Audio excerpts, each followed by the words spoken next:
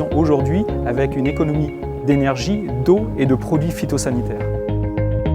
L'AOPN, à travers son parc de serres et l'ensemble de ses producteurs, est lancée dans la démarche du renouvellement du parc vers ces serres nouvelle génération qui sont beaucoup plus lumineuses, avec des carreaux plus larges, des ouvrants plus importants, des écrans thermiques qui nous permettent de faire des économies d'énergie, vont nous permettre de tendre vers ces enjeux environnementaux de demain.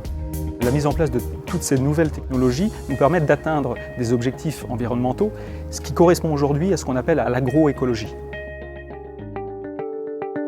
Eh bien, nous voici dans une serre fermée à l'environnement extérieur, dont l'objectif est de produire des tomates 100% naturelles, avec un minimum d'impact sur l'environnement.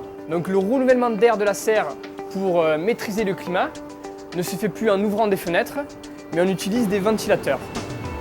Tout l'air de la serre est filtré par un filtre en inox, c'est comme une moustiquière. La maille est calculée pour que tous les insectes nuisibles présents à l'extérieur ne puissent pas rentrer à l'intérieur de la serre. Donc on n'a plus besoin de traiter, et ça c'est grâce aux nouvelles technologies qu'on peut produire des produits plus naturels. Et bien nous voilà maintenant à l'intérieur de la serre. Tout l'air qui a été filtré par les moustiquières est distribué par ces gaines pour créer un climat optimum pour la photosynthèse des plantes en gérant la température, l'humidité, ce qui permet d'avoir une croissance parfaite pour les tomates. Donc on arrose les plantes grâce à un système de goutte à goutte qui nous permet d'amener juste la quantité d'eau dont la plante a besoin. Ensuite on a un excès d'eau mais qui est récupéré par une gouttière et on peut réutiliser donc cette eau sur la culture, ce qui nous permet d'avoir aucun gaspillage d'eau au niveau de la serre. Donc ici on est devant l'ordinateur qui pilote l'ensemble des paramètres de la serre.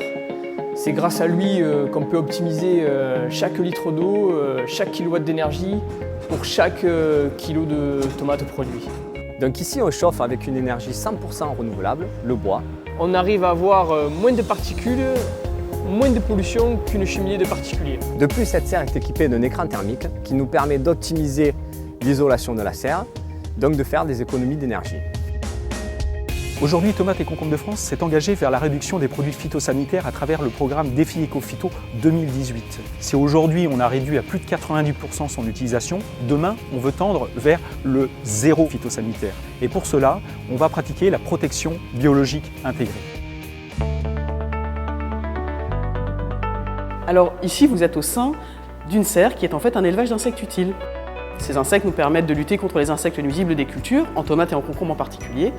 Et nous élevons plusieurs types d'insectes. Des prédateurs, des parasitoïdes.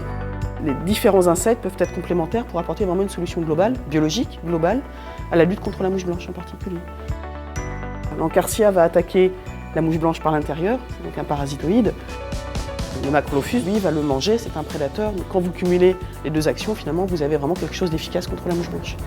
C'est plus efficace qu'un produit chimique, dans le sens où vous avez une action à long terme. La lutte biologique cherche à finalement réaliser des équilibres biologiques dans la serre. Donc voilà, les insectes utiles, les insectes nuisibles vont s'équilibrer dans les cultures. Donc vous avez quelque chose qui est beaucoup plus adapté que les produits phytosanitaires et qui permet évidemment de respecter le consommateur final.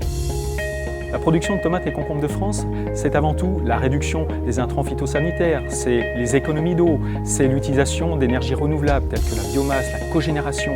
On est véritablement vers une production beaucoup plus écologique et on peut même imaginer que demain la serre devienne à énergie positive.